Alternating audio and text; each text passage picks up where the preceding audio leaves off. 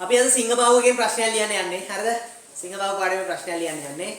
ප්‍රශ්නේ තමයි සුප්පාදේවියගේ චරිත ලක්ෂණයන් පිළිබඳව තමයි ලියන්නේ. හරිද? අපි සිංහ බාහුව නාට්‍ය පෙළ කතා කරනකොට පුතේ සිංහ බාහුව නාට්‍ය පෙළ ඇතුලේ සුප්පාදේවියගේ විවිධ චරිත ලක්ෂණයන් අපිට පෙන්වන්න කරනවා. හරිද? සුප්පාදේවියගේ විවිධ චරිත ලක්ෂණයන් තමයි අපි ඉස්සෙල්ලාම සඳහන් කරගන්න ඕනේ. ඇය තම දරුවන්ට ආදරය කරන ආදරණීය මවක් විදියට අපිට ඉස්සෙල්ලාම විග්‍රහ කරන්න පුළුවන්. හරිද? එයාට අපිට සුදුසු පුරණ භාවිතා කළා ඒක තහවුරු කරන්න පුළුවන් තමන්ගේ දරුවන්ට ආදරය කරන ආදරණීය මවකගේ චරිත ලක්ෂණයගේ චරිතයෙන් තේරෙනවා. ඒ වගේම තමාගේ ස්වාමි පුරුෂයාට ආදරය කරන බිරිඳකගේ චරිත ලක්ෂණ ඇය තුලින් පෙන්눔 කරනනේ. තමන්ගේ ස්වාමි පුරුෂයාට ආදරය කරන බිරිඳකගේ ලක්ෂණ සුප්පාදේවියගේ චරිතය ඇසුරින් පෙන්눔 කරනවා. ඒ වගේම සුප්පාදේවියගේ චරිතයේ පුතේ කතුවරයා අනුකම්පා සහගතව බලන අනුකම්පා සහගත දෘෂ්ටි කෝණයකින් බලන්න උත්සාහ කළ දෙනවා හැමතිස්සෙම. හරිද? මේවා තමයි අපිට සුප්පාදේවියගේ චරිතයේ විශේෂිත කරුණු විදියට ඉස්මතු කරලා පෙන්눔 කරන්න පුළුවන් වෙන්නේ. හරි. දැන් අපි ගත්තාම පොසේ ඉස්සෙල්ලාම අපි විචාර ප්‍රශ්නයක් ගත්තාම මේකේ හැඳින්වීමේ කොටසක් ලියන්න ඕනේ නේද?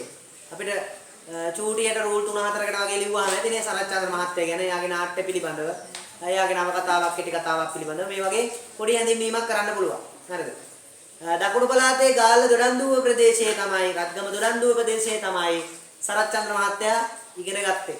ඊට පස්සේ ඉස්සෙල්ලාම යුනිවර්සිටි කොලෙජියට යනවා. ඊට පස්සේ රබීන්ද්‍රනාත් tagore මහතාගේ ශාන්තිනිකේතනය සහ ලන්ඩන් විශ්වවිද්‍යාලයේ උසස් අධ්‍යාපනය ආධාරණ. ලංකාවේ පේරාදෙණිය විශ්වවිද්‍යාලයේ මහාචාර්යවරයෙක් වශයෙන් සේවය කරනවා. එතුමා ලංකාවේ නාට්‍ය ශාස්ත්‍රය ගැන කතා කරනවා නම් එතුමා ගැන කතා නොකරම බෑ. මොකද ගැමි නාටකය කියලා පොතක් ලියනවා ලංකාවේ නාට්‍ය ශාස්ත්‍රය අලල. හරිද? ඉන්පසු එතුමා අතින් ලංකාවේ විශිෂ්ටතම නාට්‍ය කිහිපයක් බිහි වෙනවා. මනමේ සිංහබාහු ප්‍රමතෝ ජායති සෝකෝ මහාසාර කදාවලු ඒ වගේ නාට්‍ය නේද? පබාවති මේ වගේ නාට්‍යයන් මෙතුමා අතින් නිර්මාණය වෙච්ච නාට්‍යයන් කියලා ඔච්චර ලියන්න ඕනේ නැහැ. රූල් 3-4ක පොඩි හැඳින්වීමක් කරගන්න. හරිද? සරච්චන්ද්‍ර මහත්තයා ගැන මේ නාට්‍ය පිළිබඳව පොඩි හැඳින්වීමක් කරගන්න. ඊළඟට ප්‍රශ්නය සම්බන්ධ කරනවා. කතුවරයා නාට්‍ය පෙළ ඇසුරින් විවරණය කරන්න යන්නේ සුප්පාදේවියගේ චරිත ලක්ෂණ විවිධ චරිත ලක්ෂණ පෙන්눔 කරන්න උත්සාහ කළා දින ඒවා පාත පරිදි දක්වන්න පුළුවන් කියලා ලස්සනට අපි ප්‍රශ්නේ සම්බන්ධ කරගන්න. හරිද? හරි. අපි ඉස්සරහට ගන්නවා ආදරණීය මවක් ලෙස තම දරුවන්ට ආදරය කරන මවක් ලෙස සුප්පාදේවියගේ චරිත ලක්ෂණ. මට කියන්න අපිට ගන්න පුළුවන් කවි මොනවද කියලා? ඔබ පාමුල හිඳුවාමා වැඩෙන වයසදී රාජකතා කී විසිතුරු දැන් සිහි වෙන්නේ. හරි. අපි එතකොට මේක විස්තර කරන්න ඕන.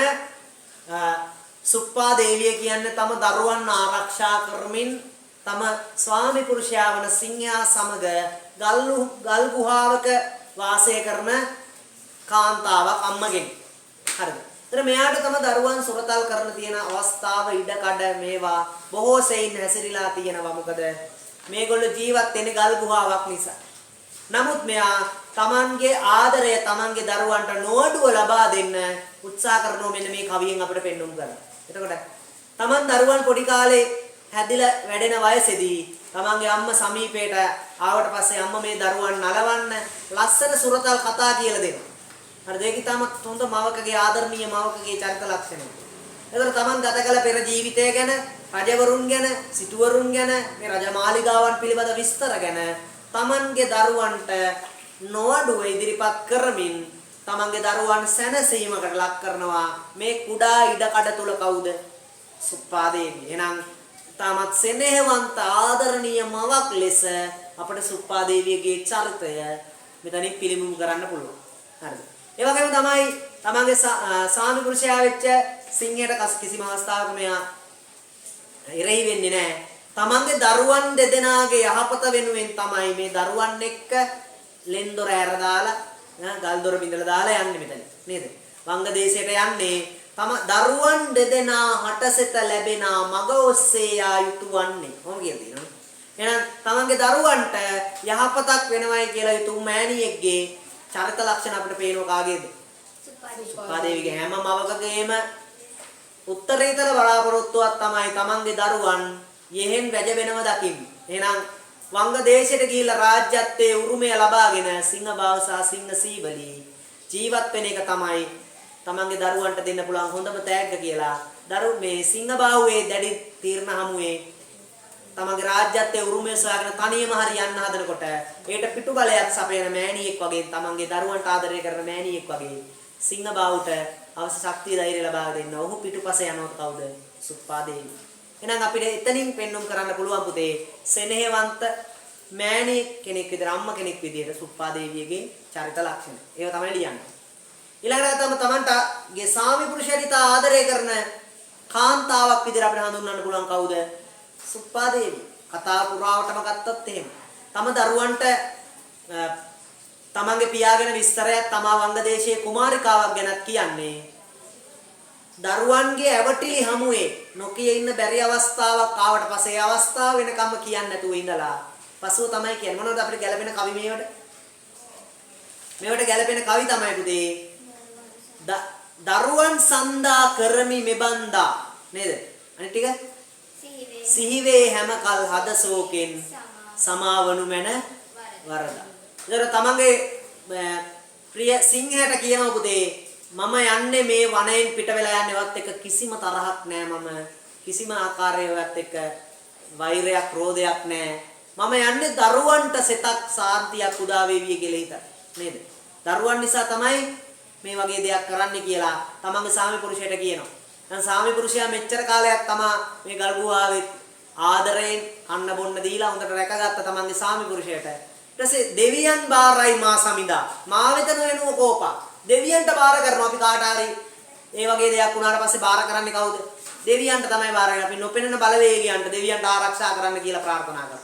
තමන්ගේ සාමි පුරුෂයා පුතේ දෙවියන්ට බාර කරලා තමයි දරුවන්ගේ යහපත වෙනුවෙන් කවුද? සුප්පාදේවිය. ඒකට සුප්පාදේවිය කියන්නේ පුතේ තමන්ගේ සාමි පුරුෂයාට ආදරය කරන ඉතාමත් හොඳින් ප්‍රතිභක්තිය තියෙන කාන්තාවක් විදියට අපිට ඉස්මතු කරලා දක්වන්න පුළුවන් මේ කතාව ඇතුලේ. ලස්සනට ඔයගොල්ලෝ ඒක ලියන්න. හරිද? ඊට පස්සේ පුතේ සිංහබාහු සහ සුප්පාදේවිය තමන්ගේ දරුවන් දෙදෙනා නිසා ඒ වගේම තමන්ගේ ස්වාමි පුරුෂයා නිසා මෑ ගිරේට අහුවෙච්ච පුවක් ගෙඩියක් වගේ දෙපැත්තෙන්ම තැලෙන. දරුවන්ට නිරන්තරයෙන්ම මේ ප්‍රශ්නය පිළිබඳ දරුවන් තමන්ගේ විමසනවා. ඒක කියන්න බෑ. තමන් නැති වේදසනේ හැර යාද ලෙනේ නොදැන. තමන්ගේ තාත්තට සෙනෙහස නැති වෙලා ලෙන අතහැර යයිද කියලා එයාට කුතුහලයක් ඇති වෙන. ඒක නිසා කියන්නත් බෑ දරුවන්ට නොකිය ඉන්නත් බෑ නිතරම අහනකොට.